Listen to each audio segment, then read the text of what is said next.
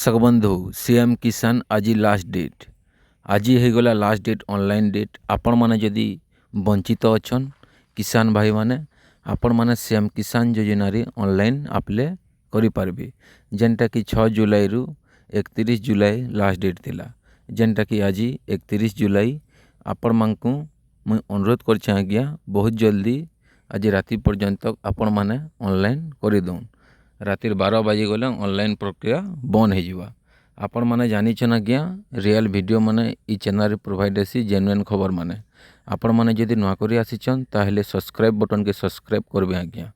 आउ आपण माने जानिछन सीएम किसान योजना वर्ष को दुईटा किस्ती देसन जेनटा कि पहला रु थिला कालिया योजना ना चेंज करी करी सीएम किसान योजना सरकार कहले जेतेबेले बीजेपी सरकार आसले। आउ आपण माने भी जानिछन भूमिहीन बाले को 12,500 टंका सरकार दौचन केते टंका दौचन 12,500। आपण माने जानिछन जदि भूमिहीन रे जदि आपण माने जदि अप्लाई करबार के चाहछन ताहेले आपण मन को Aadhaar card job card ration card तीनटा जिनिस जरूरी लागबा।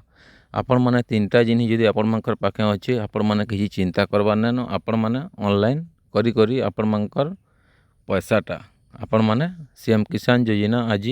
ऑनलाइन कर दौन आज है लास्ट डेट एतकी थिला छोटा इनफॉरमेशन आज्ञा जदि भल लागला मोर चैनल के सब्सक्राइब करबे